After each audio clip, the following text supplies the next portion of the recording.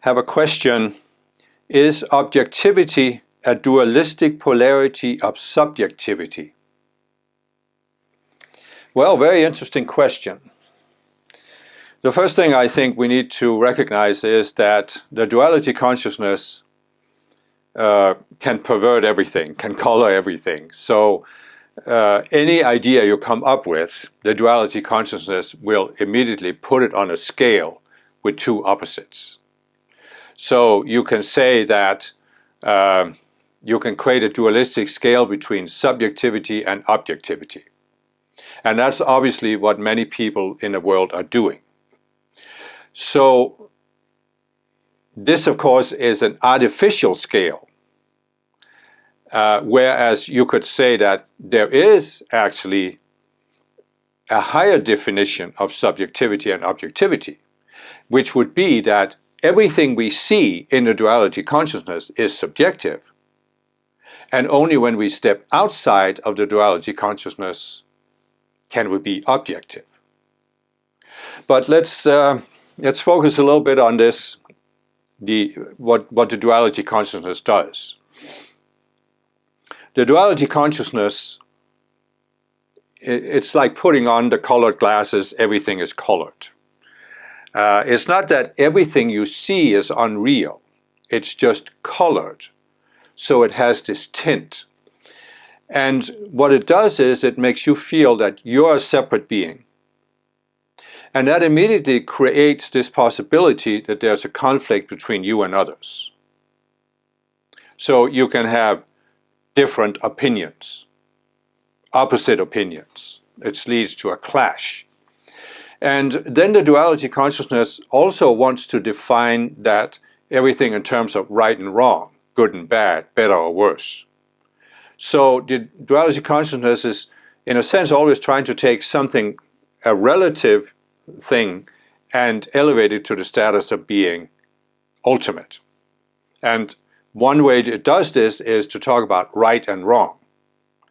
So in other words, you as a separate being, you aren't a separate being, but you see yourself as a separate being in duality, you think you're ultimately right, and those who disagree with you are ultimately wrong. And that's obviously subjective, because it's all centered around you as a separate being. And what that means is that in order for you to seem right and the others to seem wrong, you are defining what is right and wrong based on your viewpoint as a separate being. And this means that the ego, which is the separate sense of identity, has this underlying view that it can't be wrong. And therefore, it uses the duality consciousness to define right and wrong based on this. I can never be wrong. And you see this everywhere in human in human interactions. You see it, for example, in religions. You go back to Jesus. Jesus was opposed by the religious authorities of his time, the scribes and the Pharisees, the Sadducees, the temple people, Sanhedrin. They all opposed him because he was a threat to them. Why? Because they had used the duality consciousness to define that they were always right, because they were representing this ultimate religion, and nobody could object to them. If they did, they were wrong. So here comes Jesus, who actually has attained a higher state of consciousness. He challenges their illusions, and they end up killing him because they want to silence him, get rid of him. But then, after a few hundred years, as I've talked about before, the Christian religion is turned into the same kind of religion that had Jesus killed. A doctrinal religion that says, we are right, everybody else is wrong. And for 17 centuries, after the formation of the Catholic Church, Christianity has been that kind of religion which says, we are right, we are the only ones who are going to be saved. Any other religion, they are wrong, they are of the devil, they are going to go to hell. It's just a typical example of how the duality consciousness takes one relative polarity, it elevates to the status of being absolute. It says, this is absolutely right. Christianity is the only true religion. All others are wrong. And it's just, it's a subjective definition of right and wrong that is made to appear objective. Because the Christians who believe in this, they won't agree with what I'm saying, that this is a subjective definition. They'll say, oh no, our religion, Christianity, is the only true religion because it says so in the Bible. Their interpretation of the Bible is not an interpretation of the Bible. This is the only way to interpret the Bible literally. Therefore, it's objective. It's based on the authority of the Scriptures, the authority of God. In other words, their subjective view is not subjective, it's objective because it has the higher authority. Then you can take,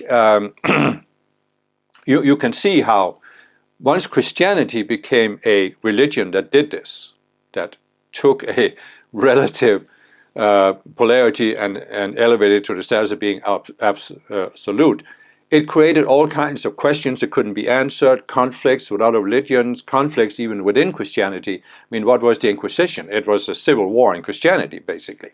And so you saw all of these conflicts that were created, and then it became more and more obvious up through the Middle Ages that there was something missing in Christianity, and then come the scientists who are starting to ask questions and see that there might be, that the Christian doctrines might not be infallible, because this is what was also claimed. That's the ultimate way to appear objective is to claim that you have these infallible doctrines. So then there's questioning of the Catholic doctrines by the first scientists. And they first, of course, the Catholics try to silence the scientists. When they can't do that, then science becomes a new force in society.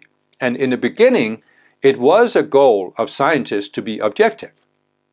But then, after not so long, something emerges called scientific materialism, which claims that this is the ultimate standard of objectivity. They are claiming all religion, all spiritual ideas, beliefs are subjective. It's all superstition. But science, because it uses physical instruments to measure things independently of the opinions of the scientist, science is objective. And yes, science is an objective method for measuring certain things, but materialism, which says there's nothing beyond the material universe, that's not objective. That's a subjective interpretation imposed upon scientific measurements. But it's the same mechanism as you find in religion. They are claiming that their subjective interpretation is not subjective, it's objective, because science has proven that there's nothing beyond the material universe. Then you have Marxists. I remember when I was young and went to college, I encountered these true-blood, born-again Marxists, and they would say the same thing. They had a clearly subjective view, Marxism. They had their own subjective interpretation of it, but they would say, no, this is objective. This is proven by historical necessity. So, what am I trying to say? I'm just basically trying to say, as I've talked about before, in the duality consciousness, there's plausible deniability. You can deny anything that contradicts what you want to believe. And there's plausible plausibility. You can prove to your own satisfaction anything you want to believe. But this is subjectivity. You're basically starting out with a subjective viewpoint. I'm right, I can't be wrong. And then you're looking for evidence that seems to validate that you're right, and you are discarding, ignoring, or undermining any evidence that goes against you being right. So, where is objectivity to be found? Is there something? Is objectivity possible for human beings? And that's a deeper question. But what I have explained in many of my non-duality videos, that in the duality consciousness, there is no objectivity. You can, of course, claim, as I've just explained, you can claim that this is objective or that is objective, but it's not, because it's all seen from the viewpoint of a separate self. Now, as I also explained, the alternative to the duality consciousness is what we can call the one mind, or the Christ mind, or the Buddhic mind, which sees everything as one. It sees the underlying oneness. It sees beyond all the differentiations, all the phenomena, there's oneness. So you can say that is a way to be objective, at least compared to the duality consciousness. Because you are not seeing yourself as a separate being who wants to prove yourself right or superior to other separate beings by proving them wrong and putting them down. You are seeing the underlying oneness. But we also have to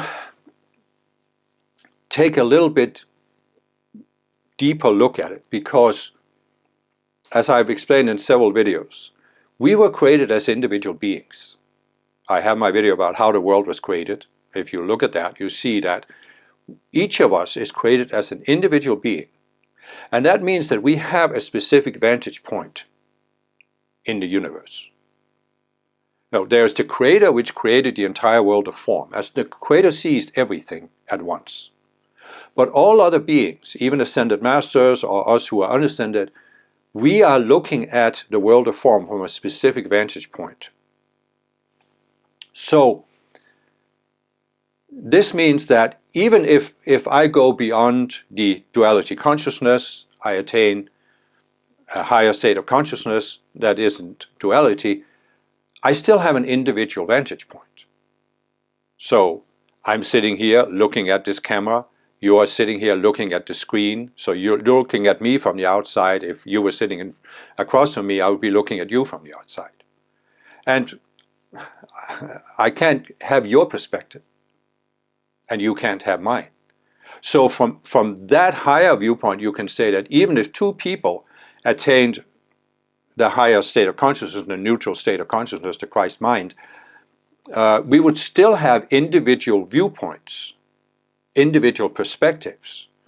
And therefore you could say that we will never be fully objective until we reach the Creator consciousness where we see everything at once.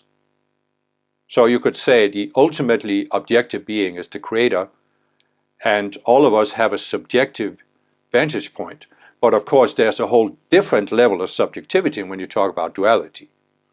Because when you go into duality, you see yourself as a separate being. So you can define subjectivity, objectivity in two ways. You can say that the lower definition is that subjective is when you see yourself as a separate being, you want to be right compared to other separate beings, and therefore you're trying to elevate yourself by putting other people and their viewpoints down. So that's the lowest level of subjectivity. And so a step up from that is when you go beyond the duality consciousness, not a definition of objectivity created in duality, but you go beyond the duality consciousness, you see the underlying oneness of all life. Then you have attained objectivity compared to the dualistic subjectivity.